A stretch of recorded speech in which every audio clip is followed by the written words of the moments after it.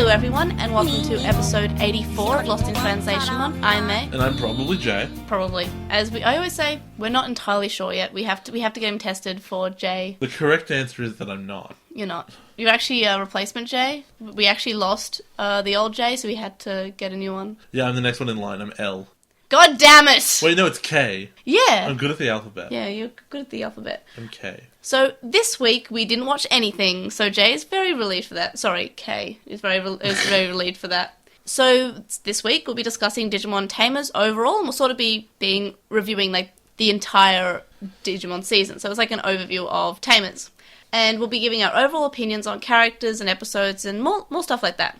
And get ready for us to tear down the fan favorite. Burn it to the ground, man. Stop trying to crack promos. Burn it to the ground. And we'll also be discussing our hopes and predictions for Season 4 of Digimon, which is Digimon Frontier. Yes, I said that right. Digimon Spirit Tracks. Yes, Digimon Spirit Tracks. And we'll also be watching a short TV spot of Digimon Frontier, as well as the English opening, to get your fires ready. This would be surprising to me if I didn't read my own notes. Yeah. We'll also be looking quickly at the survey results in Lost in NewsLatelymon. How many responses did we get? 36. Nice. For DigiNews this week, we had, this is just in, as of a few hours ago, a special 6th of January announcement, which had been counted down on for, the past, I want to say, 40-something days. And so finally... the 6th of January, a really important date, just like August 1st, in that nothing happened. It's 6 months away from my birthday, that's why it's special. So, yeah, there was some pretty cool announcements. Such a half birthday. Well, it is my half birthday. The 10th anniversary Digimon Dracomon and 15th anniversary Hackmon will also be in the 20th anniversary V-Pets, which are coming out in early June. How can you have an anniversary Hackmon in an anniversary V-Pet? It's just a regular Hackmon then. No, I'm saying because... Okay, I probably said that incorrectly. So the 10th anniversary... On the 10th anniversary, Dracomon was revealed and was said, this is special for the 10th anniversary, here have Digimon World Championship. And then for the 15th anniversary, we had Hackmon, and that was in the 15th anniversary Digivice Pedometer toys. Okay. Yep. So they will be in this little Digimon V-Pet, and so will the new 20th anniversary special Digimon Zabumon. And he looks pretty cool. He's covered in gold. Zub. He has the Digi-Egg of Miracles. Oh, he does. Yeah, he sort of does. And on top of that, we also know that there'll be an online D1 tournament. So it's like the D1 tournaments that they always used to have in Japan. D1? D1. Oh, right. Yep. Like the F1, but worse. But Digimon. And yeah, you got it. So, yeah, that'll be online so instead of in person. So we'll be able to participate in it. So that's pretty baller, unless they, only let people from Japan participate, and then I'll fly to Japan and go online. Yeah, there's probably time zone issues. You probably would be asleep at all times. Japan. I don't know. I don't remember. We were literally there 3 months ago. Yeah, it's like a 3-hour difference, isn't it? It's a 1 hour difference. Is it? 1 or 2, depending on daylight savings. Ah, nice. Yep. It's not a significant difference to Australia. To America, it's a big difference, and to England, but who cares, right? And we also know that there'll be Jogress in it, so that's new information about it. And I'm not sure if this is correct, but I think Blue One has the blue Digivice V-Pet has Gabumon, and the red V-Pet has Agumon. Great. I'm going to get both. I don't care. I love them. You really need to make better financial decisions. They're not that expensive. You need to make better financial decisions. We also know that there's a second ending for Atmon, which is called I, and it's by Ami Wajima. You mean ending song? Ending song. Great, because I thought you knew the ending in advance. Oh, no, I didn't know the ending. I meant ending there's song. A second one. Sorry, I meant ending theme. It's like Clue. So they've released a video so far with the song, and it's pretty good. I've listened to it. So yeah, I'm just trying to speed through DigiNews because, yeah. I'm tired and it's hot in here now. I'm tired and it's hot. It's actually, we've got the aircon on. It's not helping. Anyway, on to Lost in NewsLatelymon. First of all, we just want to let everyone know that Chisai, who's the amazing artist who did the 3 Lost in Translation animated clips, is now taking commissions. Yeah. So do that. Do the thing. I will link it in the link dump. Do the thing. Buy art from them. They're really good. Yeah. Yeah, Chisai is amazing. Check out Chisai's art. They really brought out my eyes. and the anger I feel within. Yeah, I really like when people bring out your anger. It's just you. It's you in the show. As with our releases, we have released a Kulamon, Pocket Kulamon Let's Play. Well, I've released that. Jay probably only just realised I did one. No, I glanced at it. Yeah. So, yeah, that's a thing. Yeah, I was never going to touch that. Did you enjoy it? It's so cute. Yes, it's so cute. The game is not... There's no game on the PlayStation. It's basically you plug it in, download stuff. But like... It's a Pocket Station. But like, I watched most of the video. Like, 10 minutes of it was the screen, so there was nothing happening. Yeah. It was probably just you talking. Then. Yeah. Okay, well, I wasn't it was also me, like, navigating the screens. So, yeah, that's a thing. May walks up to me and shows me the thing, and there's like, Kumon's back, and he's got a little blankie, and May's like, he's so cute! He is, and he said that he liked playing with me, and you were, like, brought to tears. It was so cute. He said, May, let's play together. I'm like, yes, we should! And then he started eating bread, or something, and it was cute. Was it Gilmon bread? Actually, it might have been sweets, because it was called Okashi, so maybe it was sweets. Gilmon bread. I hope it was Gilmon bread. I love it so much. I love him. It's so good. Anyway, and also on Let's Play related news, I was going to do a Digimon World 2003 Let's Play, but it kept being slow, like during battles, like when I was switching out Digimon, and it froze when I tried to save. So yeah, not doing that, unfortunately. What a good game. So I think my disc might be broken, because it's been much loved and much played, and I think I put like 113 hours into it. Isn't that the one that you really want to finish so you can get the thing? Yes, it's the best game. It's one of the best Digimon games, if not the best. Too bad it's broken forever. I might one day buy a new disc for it, if that's the case. Is that code for it's in the mail already? No, I haven't bought it. I'm so proud of you. Because they're expensive. So proud of you. It's so expensive. It's also like the best Digimon game. And also it's really hard because not many people are selling the PAL version. Eat it, Cyber Sleuth. You don't need that. You have NTSC if you read Japanese. Yeah, but I want it to be the 2003 version because I've got the save for 2003, and I want to continue my existing save. Right. Because that's the save I've been working on since I was very small child. Why don't you just start again, but do better this time? No, I've put so much. It's a JRPG. There are many hours into this game. Yeah, there's like 10. No, it's a very long game. I read today that 2003 was harder than 3 because they released Digimon World 3 and they were like, this is too easy. I don't know what the difference is. Apparently they made it harder. There's a website called How Long to Beat. You should look it up and it'll be like, yeah, completion, 5 hours. No, I doubt it. No, that'd be great. No. Anyway, so I did another Let's Play in lieu of that one, so that'll be coming out soon. It's a surprise. The Patreon supporters already know because I post updates about It's a what I'm surprise doing. to me, though. I literally told you in the intro bit of the pre-podcast bit, I told you what we were doing. Did you? Because I wasn't It's listening. that. I don't know what that's called. Oh my gosh, okay, so I guess it's now a surprise to Jay. And yeah, so that's what happened. As for our Apply episodes, we'll be, hopefully, depending on time, covering the 13th Atmon episode this weekend, hopefully. So do you remember that time you did the first like toy review and you used your old camera? Yeah, and shut like, up. Hey, have you considered instead of using your crap camera, just using your phone? And you're like, oh, that's right, technology evolved. Yeah, I forgot that phones were good for video cameras, but now I use that now. And now on to a quick look at the survey with 35 responses, which is pretty amazing. Wait, we lost the responses. You lost us. Okay, I literally forgot the number, but I wrote it down here. It's 35. The last... Damn. Okay, this is why I said 36. The last survey only had 26, so that's a great improvement. Yeah. So, yeah, we're going to have a quick look at that. So, first of all, we seem to be hitting the time frames that everybody likes, but that's good. So, 56... Was that an hour and a half? Yeah, no, overall, like, the overall 20? comments about hitting time frames well. Oh, between sections. Yeah. So, 56.3% thought that no segments were too short, and 75.9% thought that none were too long. So, if Solid. anything, like, we don't have anything that's too long, so if anything, if it's good to have longer segments than not. Well, because like slightly less than half the people think that some things should be extended. Yeah, well, none are too short, yes. Which is good, we don't have any that are too short, but yeah. And then 15.6% thought that Obnoxious Synopsis was too short, which I thought was interesting. Well, I don't have that much to say. Yeah. And yeah, sometimes when we don't know much about the episode, it's basically me pressing Jay. And we did have a few comments that said May shouldn't press Jay so much. Like, some people said that Obnoxious Synopsis is too long and it's too complicated, but others said they really like Obnoxious Synopsis. The title of the episode is Earthquake. Yes. I wonder what will happen. Sometimes, especially when I only give you the English titles because the Japanese ones give too much away. Alternatively, the title is Ode to Cupcake. Kazu cooks cupcakes. It's not Yeah. it's not Lionmon. It's not Leomon dies in this episode. Yeah. That's because you kind of get that. Yeah. No, it's just there's episodes like, hold on, I'm trying to think of one, like the really really abstract. No, Granny Scramble is one of like the really abstract ones. So they made up a word. Yeah. And it couldn't be anything. And also 15.6% thought that the overall episode discussion was too short.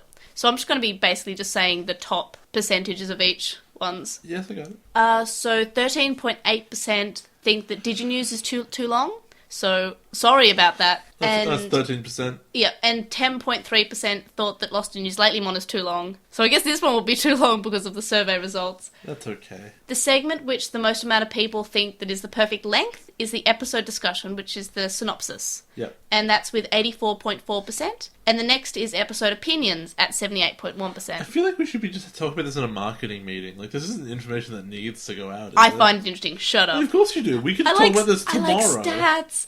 Anyway, but... Oh my god, you were born to work in a survey company. But I work as a programmer. I don't even look at the research stuff anymore. Used to. Anyway, yeah, I used to when I was a baby. Oh, small So, babu. when I was new to the Who's our company. big small babu? So, 64.7% thought that the perfect episode length time is 1.5 hours. So that's usually what we hit.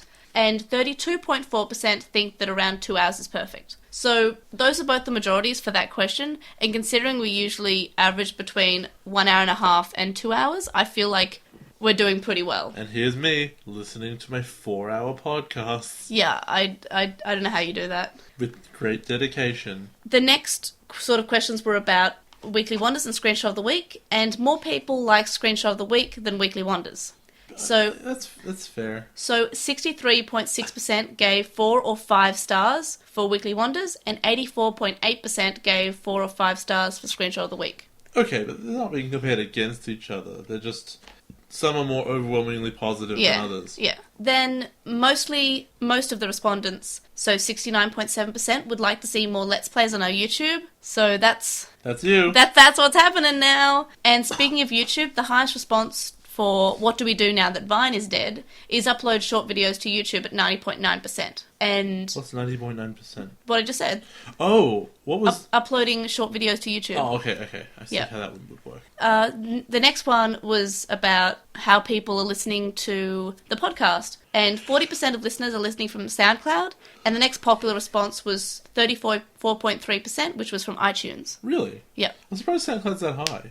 Well, some people download it. Some because you can download straight from SoundCloud. You can play it on whatever you I want. guess I just never use the service ever, Yeah. so... Well, I'm glad that we have it on SoundCloud then, because we get our RSS feed from Yeah, of course. from SoundCloud. They do enough, but I never Yeah. use the service myself for podcasts. I use Stitcher or the podcast app. Yeah. Well, Stitcher was also there, but it wasn't as high as the two highest, which were SoundCloud and iTunes. So then we went on to like miscellaneous, like what were your favourite parts of the show? People really seem to like your Freak Out of Blackwall Greymon. Yeah, There's a reason that's animated. Yeah. That's like the top moment for everyone. that was a good fun. Yeah. So 47.1% have enjoyed hearing us cover all of our seasons. The most popular season to hear us cover is Tamers, which has 26.5%. Really? Yeah. Huh. What? Well, people like Tamers. Yeah, I get that, but I'm interested about that because like I do feel like Adventure gave me a lot more room to really get weird about what the plot is, and then 02 had such huge problems that I thought that had its own entertaining ways, and I felt anyway with Tamers, and I guess we'll get into this later. Just like it was just good enough that you couldn't beat on it forever, but it also wasn't good enough to give it glowing praise forever. Oh yeah, no, it definitely had problems, but yeah, we will get to that in the episode. For some reason, I can't talk today, which is not a good way to start a podcast. But That's anyway, all right. You're doing fine. 71.9% of respondents rated our Apply episodes 4 or 5 stars. Yeah. So that's pretty good. Like they seem to be doing well. 90.9% are excited for us to cover Frontier. The remaining 9.1% aren't excited for us to cover Frontier, but they will still listen. Yay! We didn't have anyone select, no, I'm stopping listening at Frontier. You know what? I honestly feel it might be a bit of self-selecting about Yeah. statistics, But I think the people who answer this probably like the show enough. Yeah, but it's nice. The final bit that I'm going to talk about is about Lost in Translation Moon, and 85.7% love the idea of Lost in Translation Moon. And then I had a bit of what else would you like to hear us cover, and 59.3% would like to listen to us cover Dragon Ball, so it'll be Lost in Translation Ball. Yay. I could actually talk about that. See, I don't know much about Dragon Ball, so that'd be a nice switch. I would be the expert for once. So yeah, Lost in Translation Moon is next after Digimon. How many episodes of that are there? 400? Oh, I feel like there's a lot. I'm not sure how we're going to be able to cover that. Dragon Ball's more. Have we considered doing Lost in Translation piece? No, because I don't want to do this when I'm in my 50s. They're up to episode 800. No, I feel like Dragon Ball's also like that. Yeah, I know. Yeah, so I'm not sure how we'll be covering Sailor Moon or Dragon Ball. That's Future May's problem. So that's my final. That's like my final words, I guess. And because we're moving things around, because this is a special review episode, we're on to Postmon Pat now. Oh, we're in there. We're in there. We in there. So, first of all, we have a Gmail email from Kylone, and they say, regarding the German dub, Renamon being male isn't actually the whole truth. In the German dub, Renamon is voiced by a man, but all Digimon are referred to as it. They are considered genderless. Tsukuyamon is voiced by a woman, though.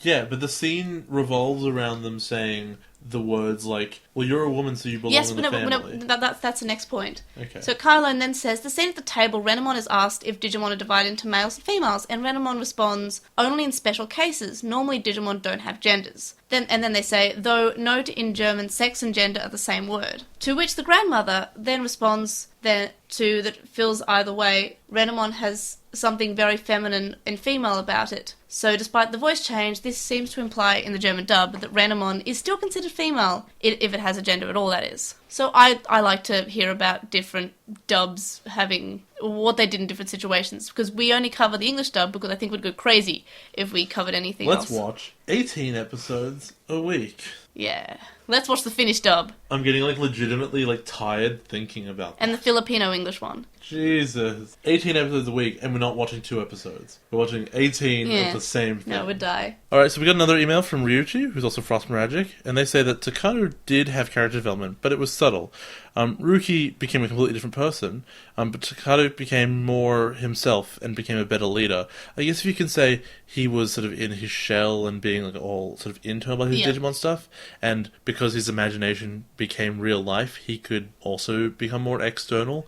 But, I mean, he already had friends. It wasn't like he was a loner or anything. He just made more friends.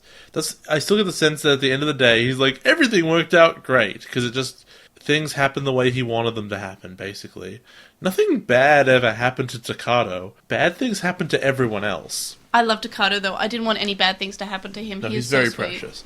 As for shipping, Ryo and Ryuki could happen. That's their ship name. Nice. As Ruki would want somebody to challenge her and help her lighten up a bit, and Ruki would help Ryo rebel instead of following orders. Is that a thing? This, however, would only work with the Ryo from the WonderSwan games, as Ryo's personality in Tamers is so cocky and teasing, and Ruki wouldn't tolerate that. I mean, I didn't play those games, and maybe if you play them long enough, you get a completely different sense of who this character is, but God, Ryo is boring, from my experience in the show. They recommend a fanfiction called Tamer's Requiem, which is a Tamer's unofficial sequel. It explains how the Digimon come back, Gilmon dies in a fight, and Takano ends up being depressed and redraws him, but it comes out as Black Gilmon since he's upset. That's kind of clever. I like that. I would dig that. I should probably read that. Blackwall Gilmon, BWG, all day.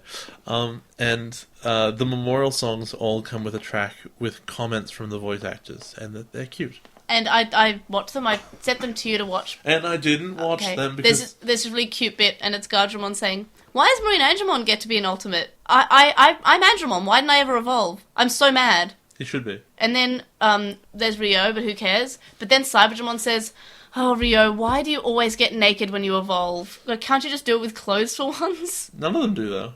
And then I watched the My Tomorrow one, which has Shuchon, and her voice actor says, I've been in every season of Digimon. I'm also, and then she changes her voice from Shuchon, the adorable little girl, to Lady Devimon. And she's like, oh no. I want to see, like, footage, like, bloopers or something of, like, Shuchon's talking and then just put on the Lady Devimon voice while talking to Lotmon. It'd be really funny. That'd be terrifying.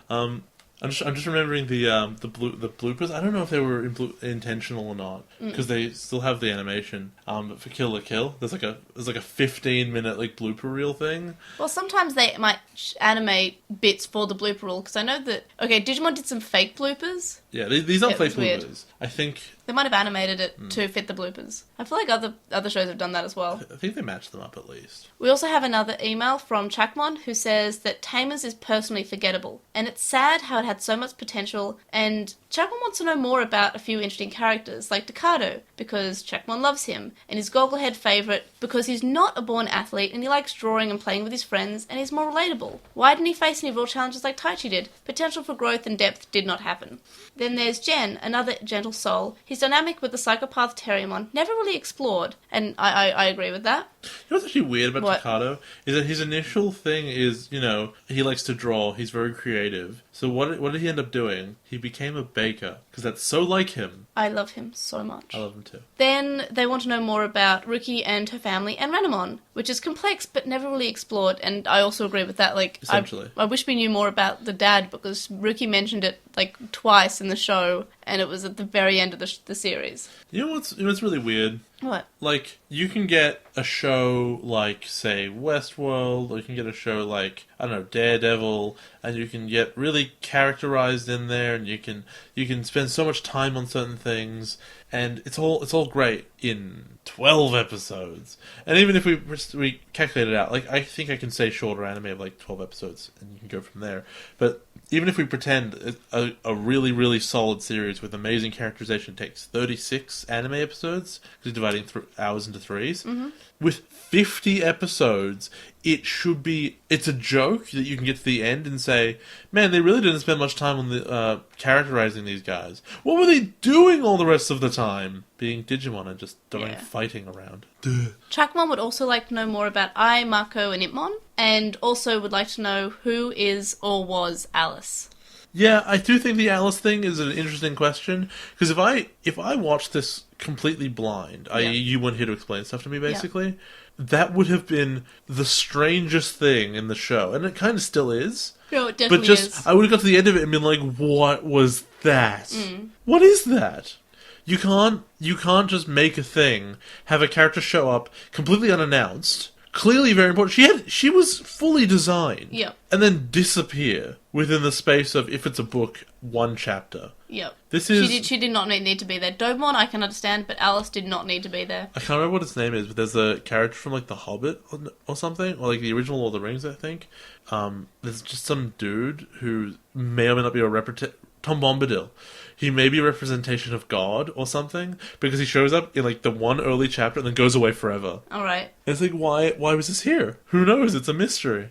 Dracomon then says that he's looking forward to Frontier, and that Tomoki is his favourite, and he has a cute hat and overalls, so that's one of the characters that you will meet soon. Overalls. In the train season. I get the themes. The next email is from Hilary, and they say, how would you rank the Chosen Children? Oh my god, this is too much work. So I'm just going to say like top 3 or top 5, and then bottom 3 or bottom 5 or something. God, okay. Because like there is a lot, and I'm very tired, and I don't want to make Postmon Pat too long in this one, because I don't want this episode to be too super long. So Hilary says that their top 3, TK, Mimi, Rika, which I agree with, and bottom is I and Mako, Cody, and finally Kenta. I mean, the bottom 4 are very obviously... Let's be slightly more fair to Matt. He doesn't end up with a lot down there. Okay, the bottom 3 are obviously Kenta, Kazu, and Davis. Yeah. How is Davis not in the bottom 3? That's embarrassing. Cody's more interesting than Davis is. Yeah. He has that one episode about learning not to lie. That was awesome. Yeah, that was a good episode. That immediately makes him much better than Davis. Well, my top 3 are easy. Alice doesn't count. Well, Willis is there too. But Alice wasn't a chosen child. That wasn't her partner. Good point. I and Marco are more chosen children than she is, and they're not on the list. Oh, yeah. But no, Alice can count. No, she doesn't. She wasn't a Digidestined. She's just a girl in a black dress. She's just a ghost. Yeah, who had a dog. She's just someone I used to know. No. So, yeah, And how is Ty not in the top 3? Well, he's in my top 3. Absolutely. Ty is... Ty, Mimi, Rika for me. Okay. I'm not necessarily in that order, because I love them all. Like, it's really hard to pick which order that goes in. But I like Ty. I love how he... And Takado's like honorable mention, because I love him. I know. I do too, but he's actually not that great a character. Also Haru. I like Haru from Digimon, yeah. God, I'd put him up there if I could, and I don't think I can. And my bottom would be... I'm Makoto there. I'm trying to work out who are my bottom 3. Kenta is there. I feel sorry for him, but like he's there. Season 1 Kari. Season 2 Kari's fine. Season 1 Kari, who's just there for exposition. She gets possessed. Oh yeah. And to get sick to make Taichi have growth. So season 1 Kari. I'm not sure if I'm allowed to split it, but okay. I guess Davis? Yeah, Davis. So Davis, Kenta, and season 1 Kari. Top 3. Ken, Ty, and Joe. Ken's amazing. And Joe is wonderful, because in the first season, like, the first, like, half of the first season, he's just like, this is wrong, guys. Guys, we're gonna die. I love that, like, episode 1. They're all like, oh my god, a magical, wonderful land. And he's like, we need to eat food. Are you serious? Like, he's like, the fool from Cabin in the Woods. Yeah. He's like Marty. He's like, yeah, he's the sensible ones. But he's not super high all the time. Yeah. What a good movie. Hilary then says, what would you change and rewrite? Which we're not going to answer, because that's actually a segment in this episode. But they say that they'd bring Jerry's family issues into the plot earlier. Kenta should not have a partner. Alice should be explained more. Also, Kazu shouldn't have a partner. Kazu's fine. No, it's not. Kazu at least has more character. If neither... They're joined at the hip, and neither of them should be there. Yeah. Because they never do anything so effective you couldn't have put someone else there. And I say that... You could say that with anything. But I mean, like, Kenta does almost nothing, except he has Deus Ex Machina heart bubbles. Yep. Which is pointless, get rid of him. And then sometimes Gardramon distracts somebody with missiles. So get rid of him. That's it. Yeah.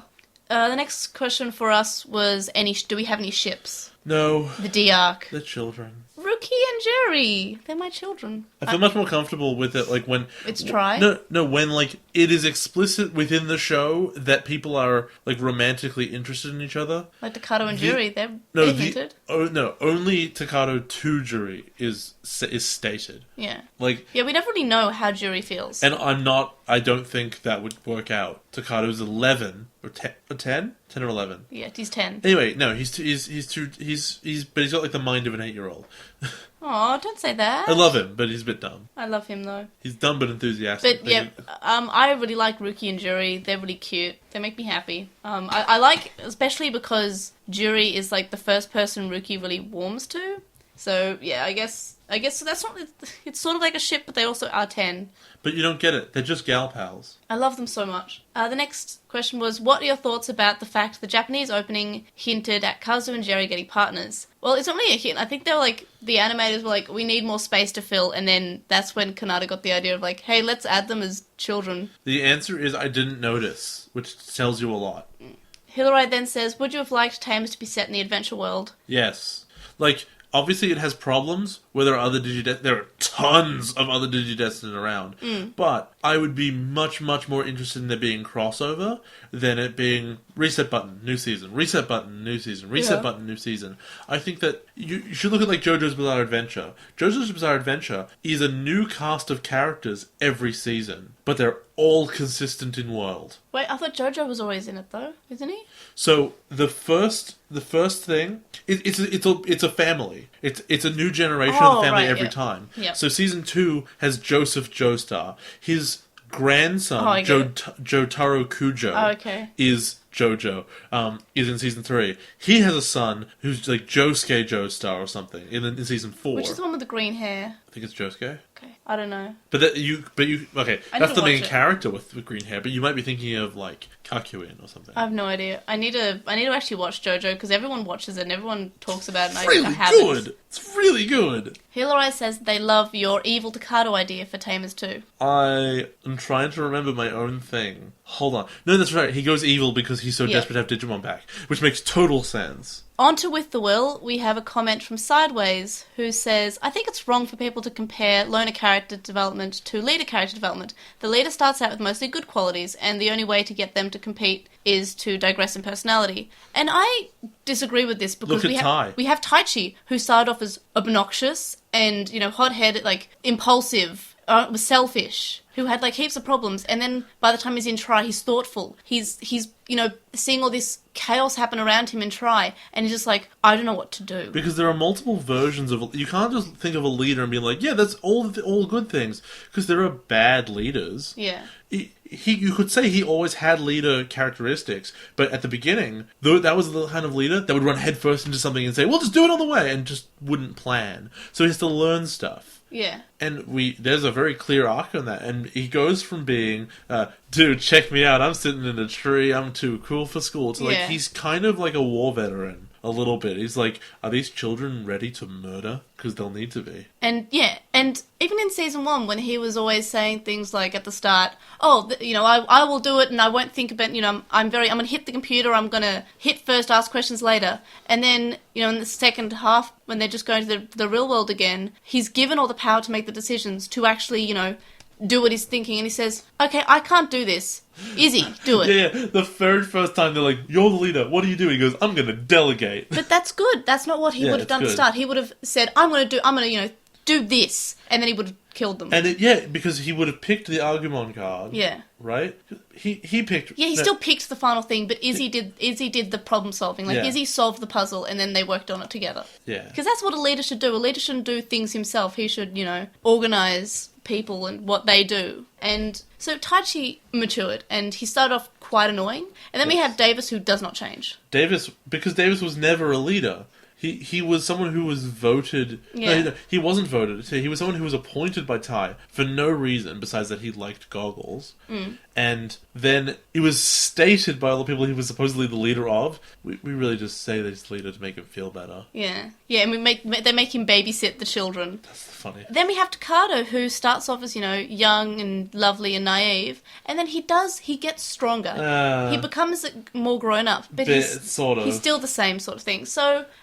He's like halfway through... he's like 3/4 of the way through the season. And he's like, man, things really worked out. People have died. And he's like, yeah, this is pretty good.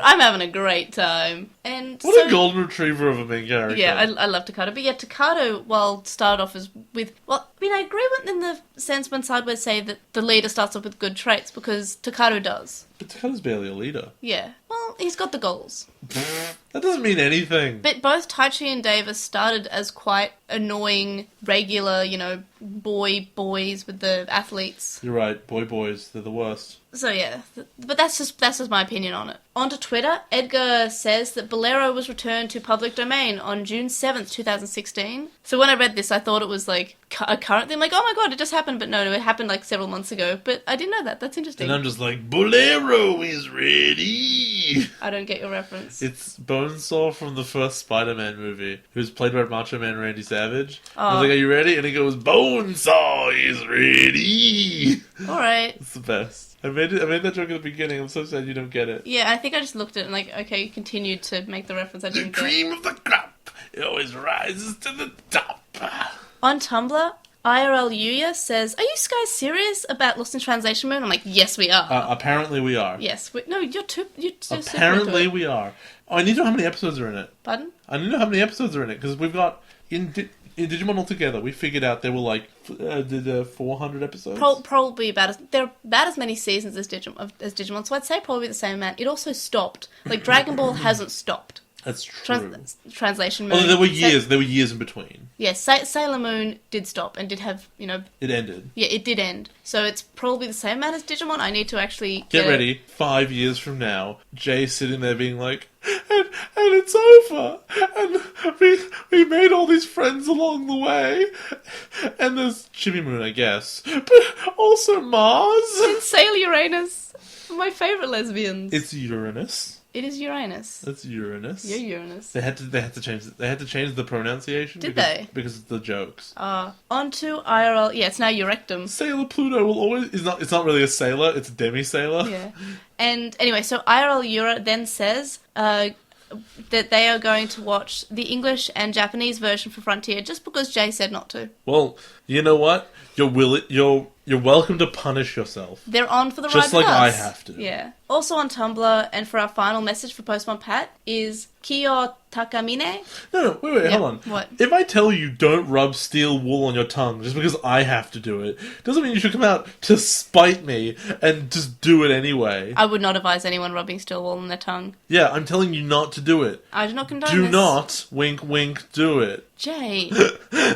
Anyway, so the last message is from Kiyo Takamine, who says, overall, how would you both say the narrative of Tamers treats the cast of characters, both human and Digimon? Does it give characters their own autonomy to move the plot forward, or do the characters only act in a certain way because the plot demands it? Essentially. Yeah, basically. They then say, are each of the characters given enough breathing room for their own character development? How does this compare to Adventure in Zero 2? You can ignore Ryo because he's a sack of garbage. So, some characters got more development than others. Ruki got some, and everyone else got none. Yeah, so even if out of the original three, we had Jen, Takado, and Ruki. Ruki got a lot, Takado got some, but it's Very fine. little. Jen had background development. Jen had background development, but primarily it was his dad. His dad had more character development than he did. Yeah, no, basically. His sister did too. Okay, but let's look at Tamers as a whole, right? When do characters make their own decisions on what they want to do? First 5 episodes, when they're kind of like, maybe we're going to fight each other, I don't know, and Takado's trying to talk to people, and Ruki's out there doing her own stuff. Yeah. And then what happens? Okay, the Davas begin to show up. Well, what's the next 20 episodes? Okay, David shows up, we fight them, because we have to defend the world. We fight them, because we have to defend the world. David shows up and we fight them, okay. Well, that continues to happen, so it's all reactionary. David shows up, we fight them. David shows up, we fight them. David shows up, kidnaps our friend Kulamon. Now they have to go to the digital world to get him back. And they're just bouncing around getting lost. No, it is driven by the plot. And also there's, remember, the literal plot beams. Yeah, the literal plot beams. They're just... And that's a factor that added filler episodes, but I don't think ever actually served to give them information to solve the thing. Except for the time when they were all transported to where Beelzemon was. Yeah, so the one time it was used to further the plot in a way that wasn't just like adding filler time, it worked against its own rules. Yeah, and also I think it was they could yell through it. Also, I think it was also the dog Dava making it happen. Which makes no sense. Yeah. Because Beelzemon would want to pick them up while they're separated and weak. Like Vandemon doesn't. And then, so, after that, they've been there, whatever, and then the D-Reaper shows up, and they're all just reacting to that forever. And I know everything is just reaction, but if you look at, say, fighting Devimon, I think is a really good example. Devimon is just there. He's basically won. Yeah. So the kids' quest is not just, okay, we have to stop him doing stuff. It's we need to proactively go get things and use those things to defeat him. Because otherwise, if we don't, then etc. Whereas I feel like Tamers was very much like hitting them, sort of at the reflex point of the knee, and just like, oh, knee-jerk reaction, let's go. And everything was very instantaneous like that. Our first Tamers discussion segment will be called Crazy Characters, because I like alliteration. You sure do. I sure do. So, favourite human. Who's your favourite human? Takado. Have you seen his face? He's great. Well, first of all, fight me, because I said Ruki and Takado. You can't have both. You have to pick one. Okay, Favourite means number one. Ruki. Okay, well, she's fine. And my reason was that she developed so much and grew from the little angry girl that we saw at the start of the season, and how she said, Digimon are died, I don't care if they die, and then at the end of the season she loved her Digimon and she loved her friends, and that's just so nice. You're right, she is a really complicated character, but at the same time, like, I don't know, I'm trying to think of an example. Like, hold on, wait. I need a food example. I'm trying to think of like a really complex food, which is pretty good. Blue vein cheese, that's pretty complex. Fine, let's say. Blue vein cheese is pretty good. I enjoy blue vein cheese. But you know what I like more than that? What? I just like a fucking steak. A steak is really good. A steak is always good. It's simple, it's to the point, and it's always great. That's Takado. He's a steak. But what I like about Ruki is that she didn't weaken at all in her process of growth, and she didn't become ladylike. Like, she'd say, oh no, I was ladylike all along. She still was strong, she was still a tomboy, she did not change, like, her personality. Like, Yes, she she did. grew She up. started crying about her dad. Yeah, that was in the movie, that wasn't canon. You know, it was, though. Ah. And, yeah, but I do like Takato, and he's precious, and he's a nice contrast from Taichi and Daisuke, who were hot-headed, obnoxious, impulsive, and annoying at the start. And Takato was not. Takato was such a sweet, lovely, naive little boy, and I love him. Like, I shouldn't like Takato because he doesn't develop at all, but he's in much the same way as like Haru is, I guess. I just like that. Like, they're just fun. They're just having a good time. Yeah, they're just enjoying it. They're like having so much fun, even though, oh, you want to kill me? That's great. I'm so proud of you. Yeah. And, yeah, I say Takato's great, but I feel like Ruki is better. And considering Tamers isn't that great with gender, they did a good job with Ruki. Who's your strongest female character? Well, it's Dracomon. There's no... But remember, Digimon don't have gender, so strike that one off. Except for the last episode where she gave her power to Ryo. That was annoying. I'm still annoyed by that, by the way. I know. Still bitter. What about your favourite Digimon? Terriermon. Yeah, How could it not be? I got Terriermon as well, but I also have a second because I cheat. Two.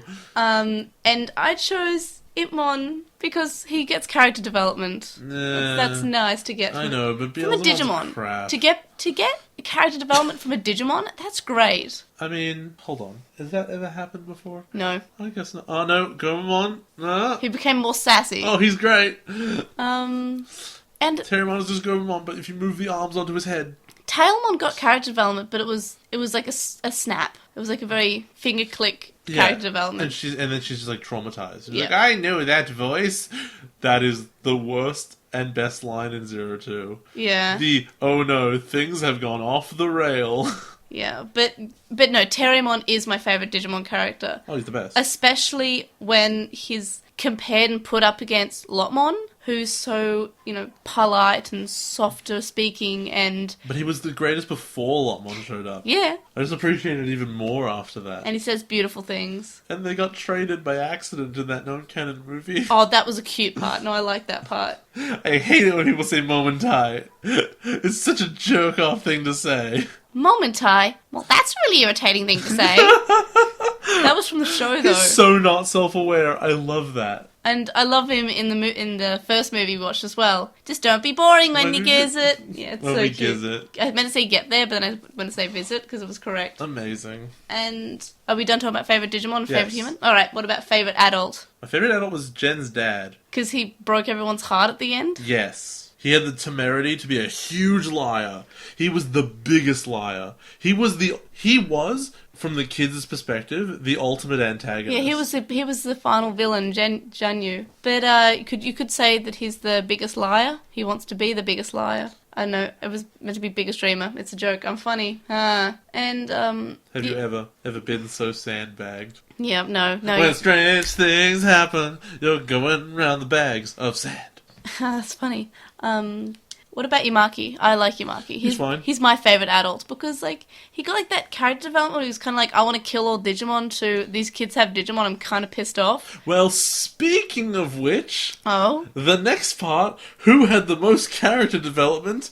It was clearly Yamaki. Oh, well, mine's obvious. I said Ruki and then Which is wrong. And also Itmon. Itmon's was decent. Especially for a Digimon. However, Itmon's was always kind of indicated that he wanted something, and then, he was rebelling because he couldn't have it, and then he could have it at the end. Whereas Yamaki went... And Ruki was always she was brusque, but but Digimon were her thing. Yeah. Then she chilled out, but Digimon was still her thing. Yeah. Yamaki swings all the way from Digimon genocide to these kids are my friends. Yeah, I like these Digimon. There's he is a different person entirely at the end. Yeah. And pretty much every step along the way, that journey makes sense, except for why he doesn't black bag the kids. But whatever. If we take that part out, as far as his experiences, I think they all pretty much make sense.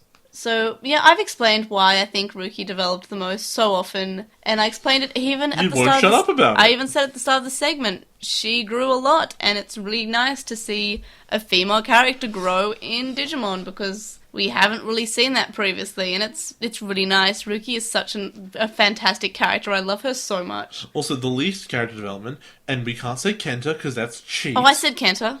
That's cheat. It's a character. He didn't develop. I would be really interested, and I know it's like dumb and no one's ever going to actually tell us, but I would like to know, A, how many lines of dialogue he has in all 50 episodes, and I would be surprised if it was more than 30. Oh, I would say it's about 40. And I would like to know the breakdown of those lines of dialogue. Like, how many were in the first 10 episodes, i.e. 30 out of the 40, and then he barely says anything for the rest of the time. Like, the episode he gets his Digimon, like, the one thing he says is, "Oh, a Digimon! You should leave now." Yeah. Alright, well, how about this? We don't cover Digimon Frontier. Instead, we rewatch Tamers and count every line that Kenta says. You can do that. Yeah, you don't need both of us. I feel like it's like 40 lines. But the actual least was Jen, because what did he do? He had background character development. It was mentioned. Not really. He had his growth before the show. But a character development doesn't work like that. A character development is how they introduced and how they end, right? And he was introduced as this like chilled out guy who was pretty competent with Digimon. Never great, just competent. But and Jay, what? Ryo had less character development than Jen. We talk about how Ryo doesn't exist, May. Ryo exists. Ryo's not an option for any of these questions. He's not available. He doesn't exist. Worst character. No, he's not the worst character. He's from the games, and he never showed up. Didn't happen. Yeah, good point. Also, that's not true. He went from not liking Ruki to liking Ruki. Or, alternatively, being more open about liking her. That's at least a change. No, that's fair. What did Jen do? What was his big revelation? Terramon and I were always friends. When they were introduced, they were already friends! Yeah, and they'd already had their evolution episode. Yeah! And it just sort of happened in episode 2 or 3.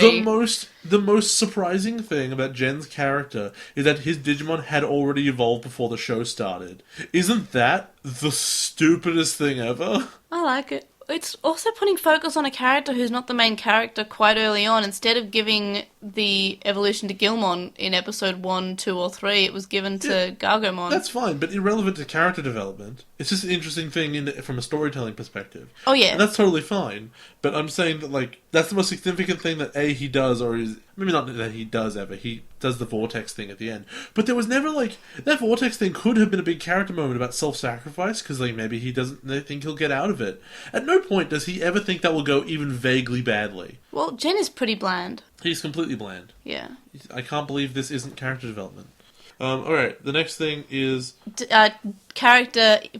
English dub character D-development. No, it's development, but it's got a dash between D and development. Yeah. So, for mine, it's Kazu, isn't it? Yeah, 100%. Yeah, that's me too. He's just a lot more sincere and isn't one-dimensional in the original version. And the biggest moment, which I've mentioned so often before, is rather early on when they're talking about Digimon and Jui shows up. And she says, "Oh, what's this? What's this?" And Hirokazu says, "Oh, I can teach you so you don't feel left out and you can join in." And, and he's being rather encouraging. He says, "Oh, even with my help, you might be able to be as good as the Digimon Queen." And then the W just says, "Well, this is a game for men.